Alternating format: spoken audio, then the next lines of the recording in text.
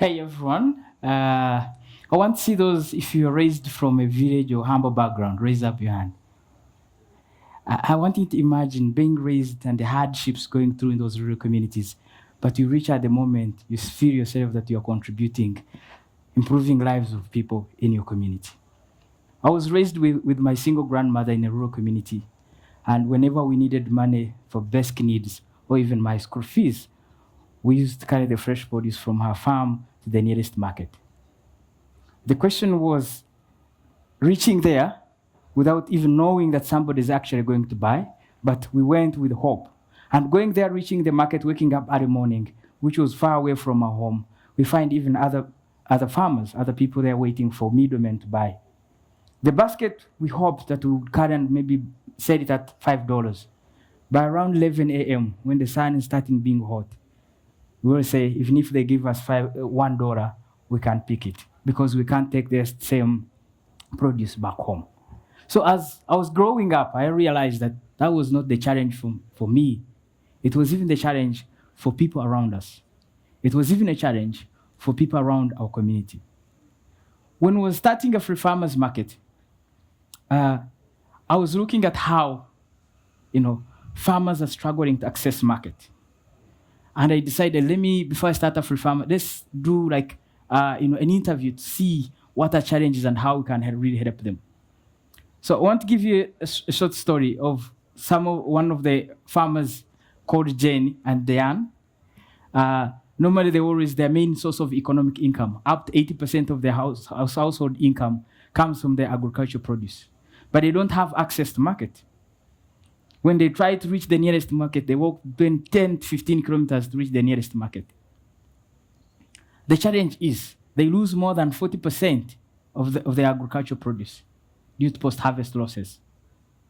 They have also the issue when you go in rural communities like in cities like here in Kigali, people are struggling to access that fresh produce.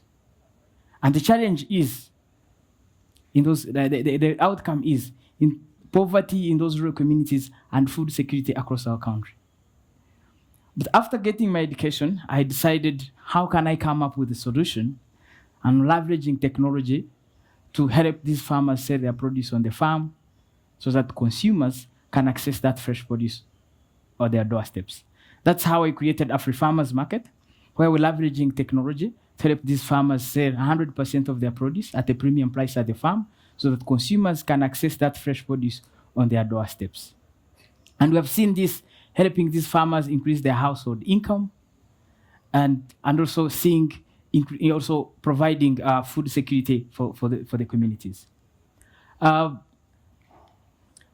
impact since we started in 2020, we started with just a group of 50 farmers, and we have seen them reducing their post-harvest losses from 40% to 4%, increasing their household income by 50%, increasing their farm productivity by 70%. Also on the consumer side, because of leveraging technology, we have seen them reducing 70% of their time they spend on going shopping for their groceries, because with just their phone, they can access that fresh produce on their doorstep. They've also seen, because of cutting the long chain of the middlemen, we have seen these consumers saving up to 35% of their money they spend on shopping those groceries.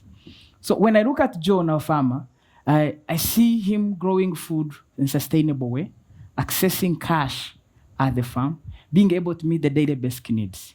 And my question is, how can we have millions of John, a farmer like John, across our continent?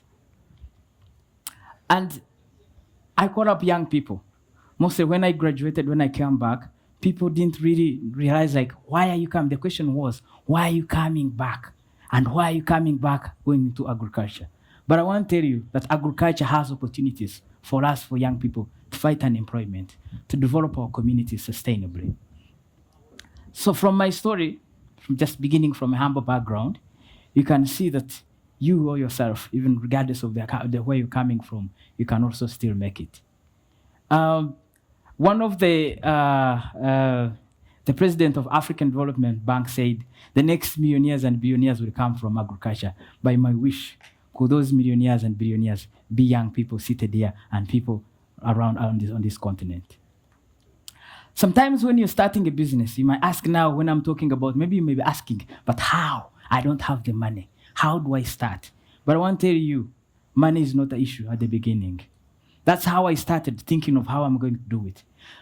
After starting AfriFarmers like 1 year in 2021, we were pitching and the judge asked me a question.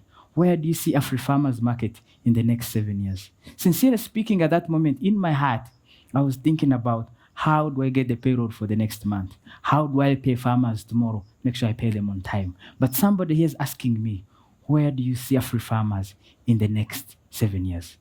So then came to realize they want to see, can I see it so that they can fund it? So you might be here, you have an idea, you want to start something, but you're looking how? But how do we have that vision so that the provision can come in? There's a quote that says by Jim Rohn, where he says, if the how, so if the why is bigger, is powerful, the how is easier. So you need to work on that vision that has to be bigger so that people can see and really support you. So I do believe that together we can transform Africa's food system. I do believe that your effort and my efforts putting together, more especially for young people, we can really change this continent. My dream is that maybe one day that we would look at young people in the future generation. They can read about food insecurity and poverty in those rural communities just in our history books, not in the reality. And I do believe together we can achieve it. Thank you so much.